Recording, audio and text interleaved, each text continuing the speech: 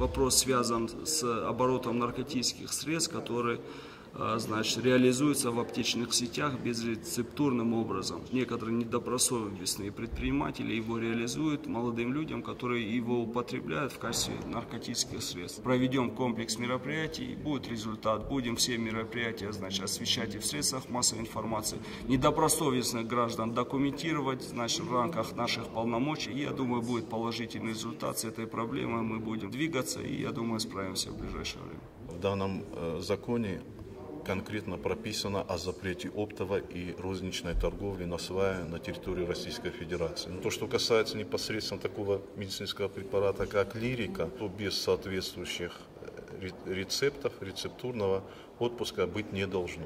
Речь идет о том, что возраст жителей, которые стали потреблять сильнодействующие и отнесенные к сильнодействующим препараты, в том числе промышленного производства, такие как лирика, кустарного производства, такие как насвай, так называемый,